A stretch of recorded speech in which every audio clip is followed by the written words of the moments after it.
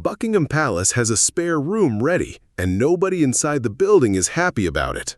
For the first time in years, King Charles is preparing to let his younger son sleep under the same royal roof he was raised in, and the timing could not be more loaded. Because while the king is extending an olive branch, his own staff are reportedly furious. His heir apparent is staying quiet in a way that speaks volumes, and the son receiving the invite hasn't exactly said sorry for anything. So why now? Why this trip? And why would Charles risk stirring up a hornet's nest inside his own palace just to bring Harry back through the front door? Let's rewind a little, because this didn't come out of nowhere. Prince Harry is expected to return to the United Kingdom in September, and according to reports, King Charles has offered him a room at Buckingham Palace to stay in during that visit. The trip lines up with the Well Child Awards, an event Harry has shown up for nearly every year, no matter how tense things get with the rest of the family. That consistency alone tells you something. This isn't a man who's cut ties with everything back home. But staying at the actual palace, that's a different level entirely. British broadcaster Helena Chard told Fox News Digital that the invitation is being read as a genuine attempt by the king to slowly rebuild the relationship with his son. But here's where it gets interesting. She also said there were murmurs Harry had already accepted, while adding that nobody could say for certain until it actually happened. That kind of uncertainty is exactly the kind of detail that makes royal watchers lean in a little closer, because with the Sussexes, an acceptance today doesn't always mean an actual arrival tomorrow. Now, here's the part that really shifts the tone of this story. Chard also revealed that sources inside the palace are not on board with this idea at all. Staff reportedly feel deeply betrayed by the accusations Harry has leveled at the royal family over the past few years, and according to her sources, there's been no real sign of remorse from the Sussexes since then. People inside those walls apparently haven't forgotten what they see as public damage done to the institution, and some are openly questioning why the king is the one extending kindness first.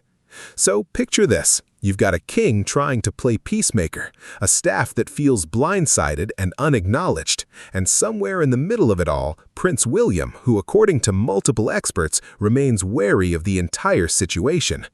William hasn't been vocal about it publicly, but that silence is doing a lot of talking. When you're second in line to the throne, and your father starts making moves that could shape the family's public image for years to come, staying quiet isn't neutral, it's a signal. But to understand why this invitation matters so much right now, you have to look at what happened just 2 months earlier.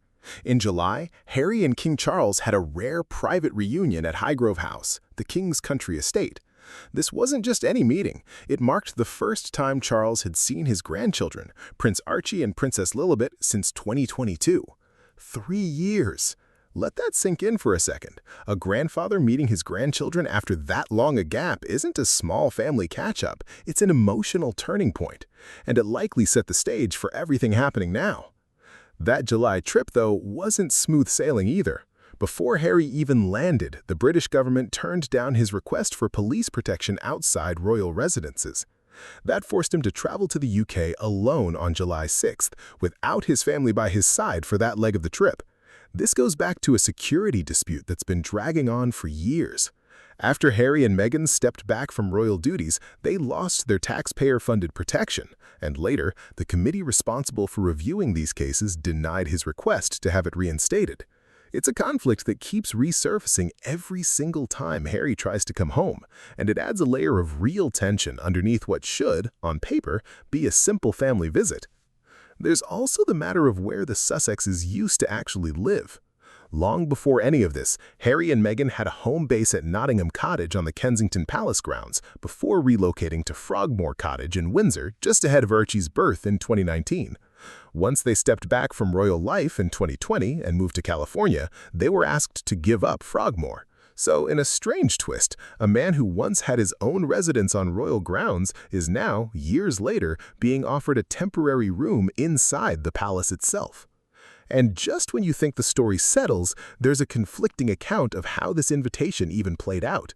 People magazine reported that Harry's team spent several days working through enhanced private security arrangements ahead of the trip, and that palace sources say Harry actually turned down the invitation to stay at a royal residence at first, before later changing his mind and accepting it. But Harry's own spokesperson tells a completely different version, claiming the Buckingham Palace offer was pulled after he had already said yes. Palace insiders push back on that, insisting Harry simply missed the deadline to respond, and that by the time he did agree, the arrangements couldn't be put together in time. So, who's right? Right now, neither side has fully backed down, and both versions can't be true at the same time. What we do know is this: September is coming. Well-Child Awards season is approaching, and all eyes will be on whether Harry actually walks through those palace doors, or whether this entire invitation quietly falls apart before it ever happens. Either way, this isn't just about a spare bedroom. It's about whether an entire family finds its way back to something resembling normal, or whether this becomes one more chapter in a rift that keeps refusing to close.